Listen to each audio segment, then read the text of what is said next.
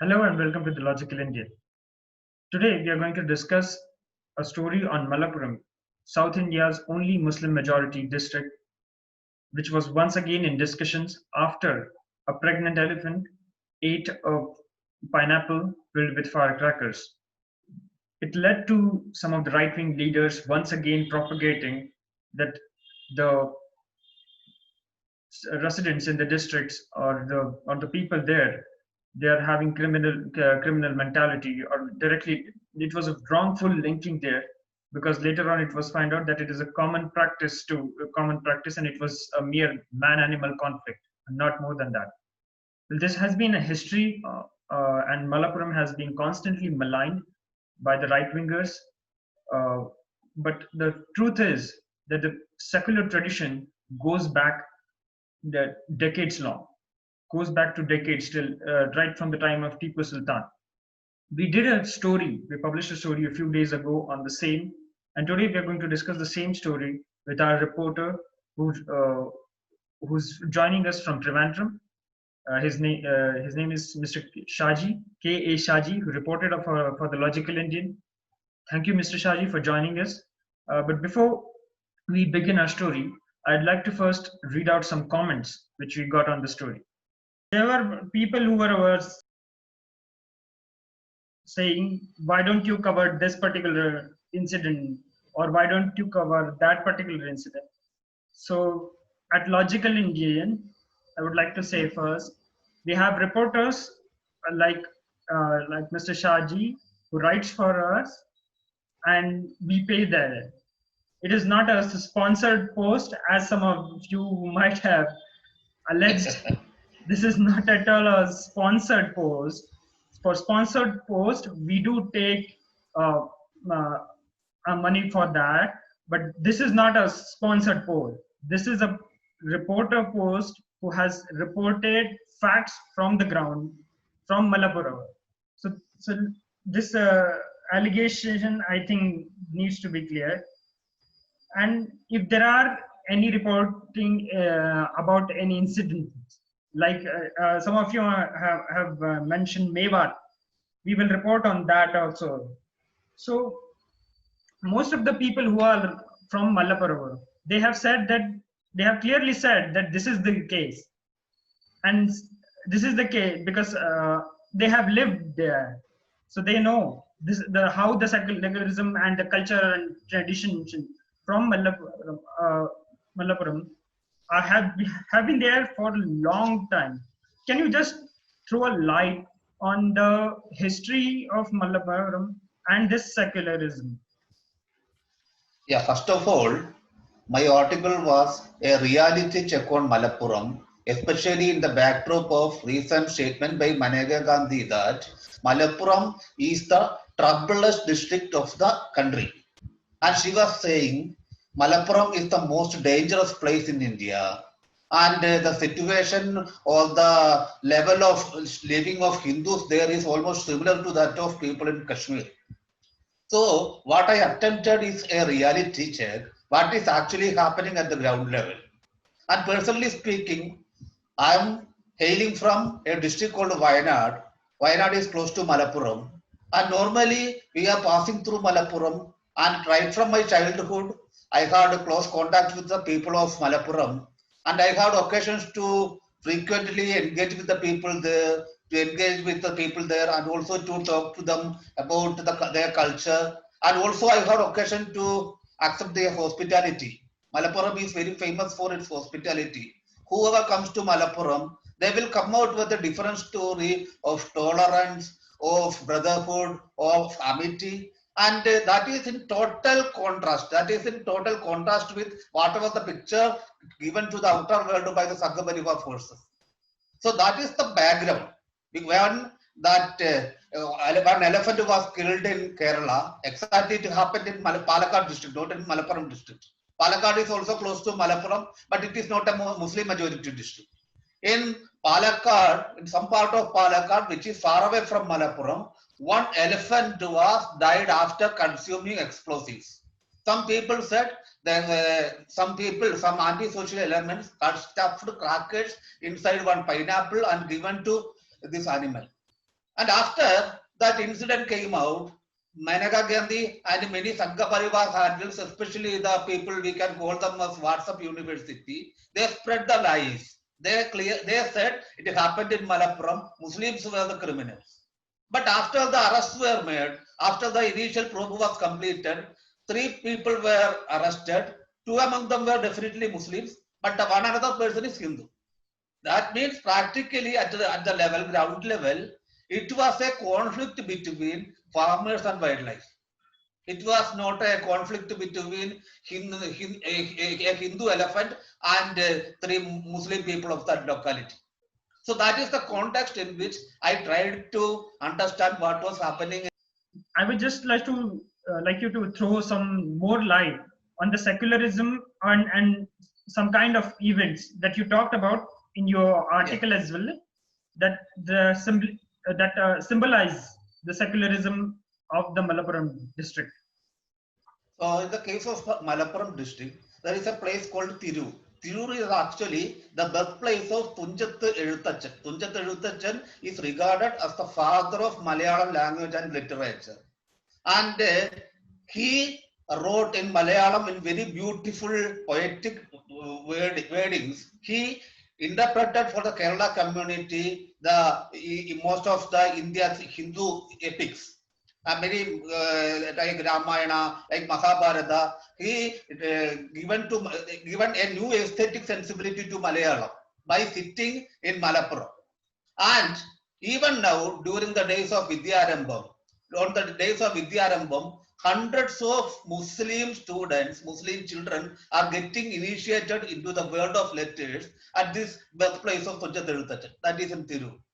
And every year, at least 6,000 children are getting initiated into the world of letters in Tirur. And a majority of them are Muslims. Christians are there, Muslims are there, Hindus are there. And one notable thing there is many young Muslim persons can be seen distributing seeds, distributing milk among the tiny children they are reaching Tirur. So that is one of the remarkable thing of Malappuram. And another thing, there is a famous temple named Kadambura. Kadambura is located in the heart of Malappuram. And in Kadambura, hundreds of devotees are coming from Tamil Nadu, some parts of Karnataka, and other parts of Kerala. And they never ever faced any kind of discrimination, any kind of threat, any kind of problem from the Muslim community there. And another thing, there is another famous temple, that Nava Mukunda temple. That Nava Mukunda temple is located on the banks of the river Bharatapuzha, and it is in a place called Tirunavaya. In Tirunavaya, there is a particular village. This village name is Edakulam. This Edakulam village is the only village in Kerala which is cultivating lotus. Incidentally, the symbol of BJP. And all the lotus cultivators of Edakulam are Muslims. And they have been cultivating it for the last 3 centuries as per the instruction of then Hindu ruler of Calicut, Samorin. So Samorin instructed some particular Muslim families to cultivate these lotuses only for supplying among the temples in that area. And later they extended the business to across Kerala, and all the famous temples in Kerala and in some parts of Karnataka and some parts of Tamil Nadu they are buying these flowers from the lotus from these Muslims. And even last year when Narendra Modi, the Prime Minister Narendra Modi came to Guruvayur temple to conduct the Tulabharam ritual, the temple authorities approached these Muslims and they given more than 100 kg lotus to the temple. So that is the kind of the communal amity, that is the kind of the peculiarity of this place.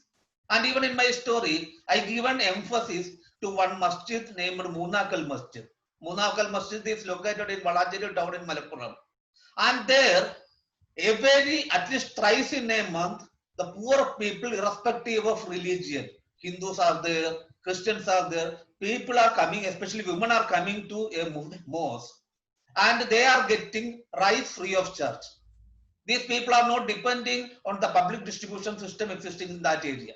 More than 25,000 families, they are getting rice free of charge from the mosque, quality rice. The thing is that it is a part of a ritual, because to get that mosque is telling the devotees, if you are offering prayers here, come with a bag of rice. So wealthy people are donating many number of huge amounts of rice, and so the mosque is collecting the rice and distributing equally among the needy people. So that is a kind of service to the humanity that is existing for a long time. It is a different kind of food security system, even much ahead of if food security was largely discussed across the country. That is one of the peculiarities of Malappuram. Yeah. So I would like to know, how do they identify all these needy people? Because there might be many, and for a religious institution like mosque, identifying them is a totally administrative work. So how do they do it? The thing is that the mosque has a committee. The committee is monitored by the Waqf Board of Kerala government, and this committee has notified that they have a system, they have a rice distribution system. So people who are living in the 7 village panchayats located close to the mosque, they can apply for this scheme. So the people are approaching the mosque committee, and based on the merit, based on the basic inquiry, the committee is giving them one card. It is almost similar to the ration card. So these people having a card from the masjid, and every month on production of this card, they are getting rice sufficient for a month. But it also raises some question on the administration, that why can't the administration do this, or why does the religious institute have to do this? The thing is that Kerala is very famous for its public distribution system. Right from 1956, when the Kerala state was formed, Kerala has a very good public distribution system, like in the case of Tamil Nadu. These two states are very famous for the public distribution system. But even before that, even before the public distribution concept came up, this mosque started this process, and they are still continuing it. And the people who are buying rice from, who are getting the rice from here, they are buying kerosene, they are buying sugar, and they are buying wheat from the PDS. And in the case of rice, what they are saying, the mosque is giving emphasis to quality rice. Because whoever offering rice to the mosque is insisting on them, buy only high quality rice. So high quality rice free of cost. That is the concept of the mosque. That is why many people are preferring the rice from the mosque. So it is not a parallel to the PDS, but it is supplementing the PDS system. You mentioned in your article that the last communal clash happened during Tipu Sultan's time. Yeah. Right? Correct? So after that, there was no communal clash. How is this communal harmony maintained? Because conflict is basic human nature. Everyone has some kind of conflicts in them. So how are these conflicts resolved internally? Actually, this is the 51st year of the formation of Malappuram district. It was in 1969, June 16, the district was formed.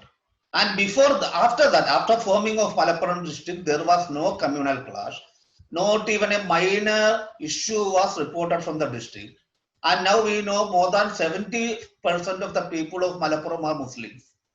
But before independence, as you cited, there were some clashes during the time of Tipu, and that also debatable. We have no clear-cut proof or historical facts to substantiate that. But there is a belief that during the time of Tipu, there was a communal clash.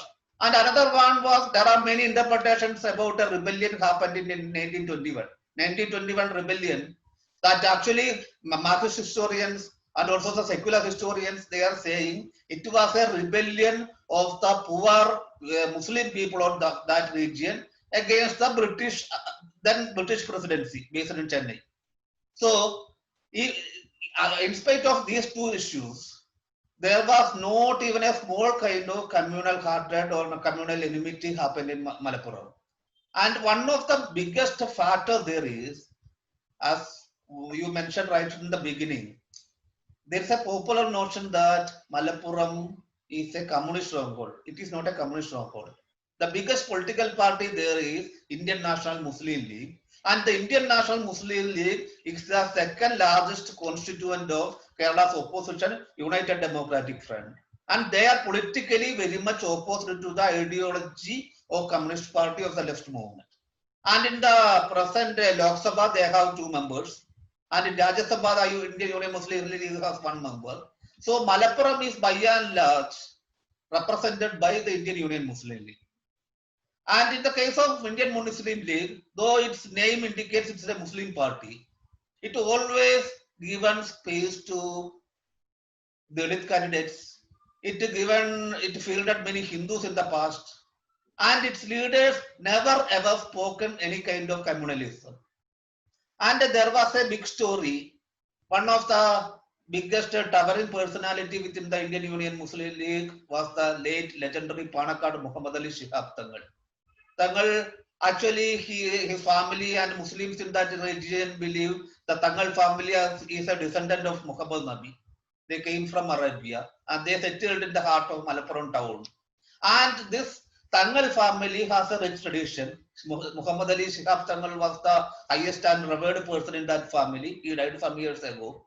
But even during his period, whenever there was a dispute arising between Hindus and Muslims, he always favored Hindus. And even during the time when the Babari Masjid was demolished, Tangal stood with the secular society in Kerala, and he strongly warned all Muslims in the district, don't take arms, don't engage in any kind of revenge. And the Hindus are around us, they are our brothers. And they never caused any harm to us. And that time, even during that time, during the Babari Masjid demolition period, Malappuram witnessed not any kind of rioting, any kind of violence. And that one of the main reasons for the existing amity and communal harmony, that is the presence of the Muslim League. Indian Union Muslim League is a sober organization. It is a minority organization, but it is not a communal organization. And equally, though numerically not in par with Indian Union Muslim League, left parties are also strong in Malappuram, and they are also having a rich and secular perspective on social life. And Congress party is also there. So the pulse of Malappuram, the heart of Malappuram is secular, whichever the side, whether it is left, right, or center. They are not communal.